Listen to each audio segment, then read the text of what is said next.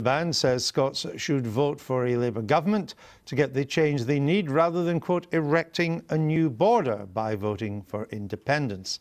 Alex Salmond says hundreds of thousands of Labour supporters are considering voting yes on September the 18th. But Mr Miliband says that he'll give the Scots a better deal. Now, this is the change I bring. Change to bring a fairer country. Change to bring a fairer Scotland. Not the change of erecting a new border, the only ambition of the nationalists. This is my programme for change. This is my contract with the people of Scotland. Freezing energy bills, raising the minimum wage, fairer taxes with a new 10p starting rate and a higher rate of 50 pence. Taxing the bankers' bonuses to get our young people back to work, including here in Lanarkshire.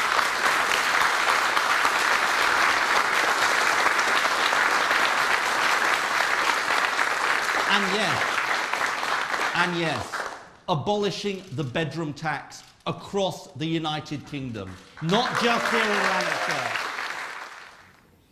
Joining me now from Glasgow, Jeane Freeman from the Yes campaign. She's got a background in Labour politics and been a senior political advisor to the then Labour First Minister, Jack McConnell, but she is now campaigning for independence. Jeane Freeman, the battle's clearly on for the Labour vote, if I can put it that way, particularly in the west of Scotland, and to do with social services. Why is Alex Salmond and the Yes campaign saying that if Scotland stays in the Union, they risk a privatised NHS, when the only person that can privatise the NHS is Alex Salmond? Well, the campaign is saying that because whilst the Scottish Parliament currently has power over the shape and nature of the NHS in Scotland, what we don't have is control over the finances. As you know, the finances that come to Scotland to spend on our public services come as part of a formula which is based on how much public expenditure on those services is made in England and Wales. So we may have control over the kind of NHS we want in Scotland. What we don't have control over is the total financial package it would allow us to fund it. But there are two separate issues here then. Let's take them one at a time. One is privatisation. The other is the amount of money you get to run the health service. So can we establish right away, regardless of the amount of money, that there is no danger of Scotland having a privatised health service unless the Scottish Parliament decided that's what it wants? No, we can't establish that, Andrew, because there is the transatlantic trade and investment agreement that is currently being negotiated between the European Union and the United States, where the UK government has refused to exempt the National Health Service from that agreement. What that agreement will do is open up the market of the NHS, and therefore, let me finish. That's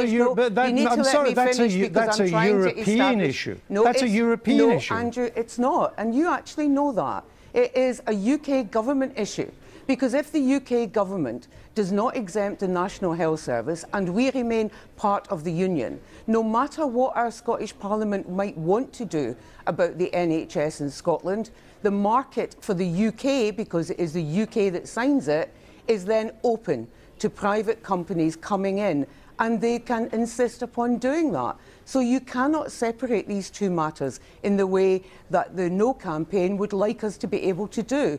And Labour supporters across Scotland are coming increasingly to realise that. So let me get this right. You having now had to admit that threats of Tory privatisation in Scotland can work because you control your own health service, you're now saying the danger might come from a free trade agreement that hasn't even been agreed or signed. Well, I think, Andrew, you're mistaking me for a politician, and an SNP politician at that. I have not asserted any of the things that you are suggesting.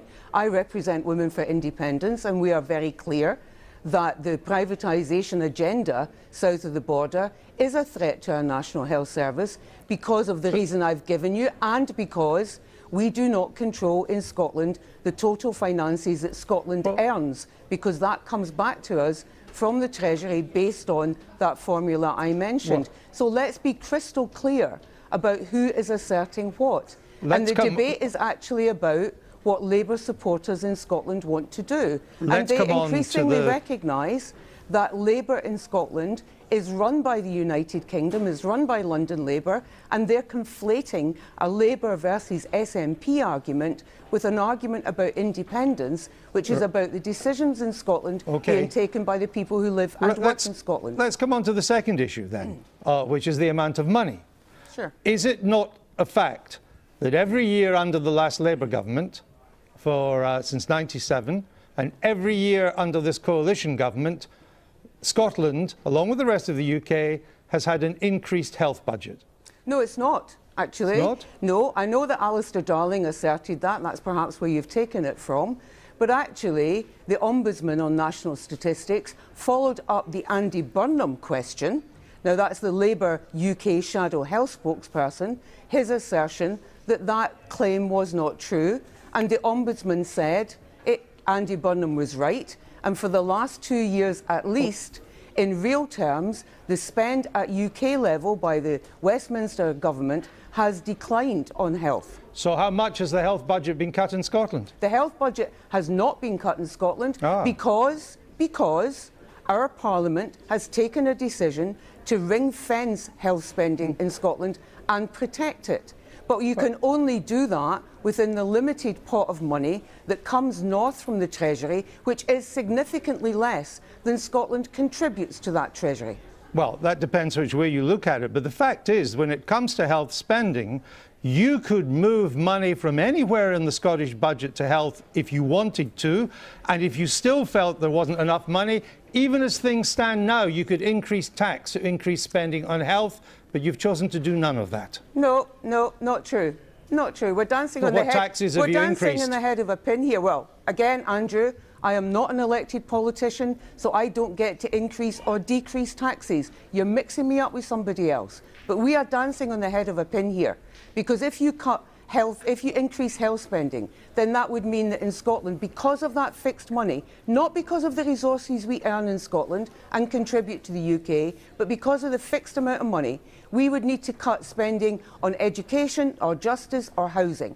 That's what that would mean, your argument. And in terms of increasing taxes, can I remind you that people in Scotland already pay taxes for the National Health Service? So are you seriously suggesting that we would pay twice for a health service simply because down south the UK government wants to decrease its spending on health by introducing privatisation and market forces? That's a nonsense. As you know, I wasn't suggesting that, but we've run out of time. Jeane Freeman, thanks for joining us from Glasgow. Where are you on this?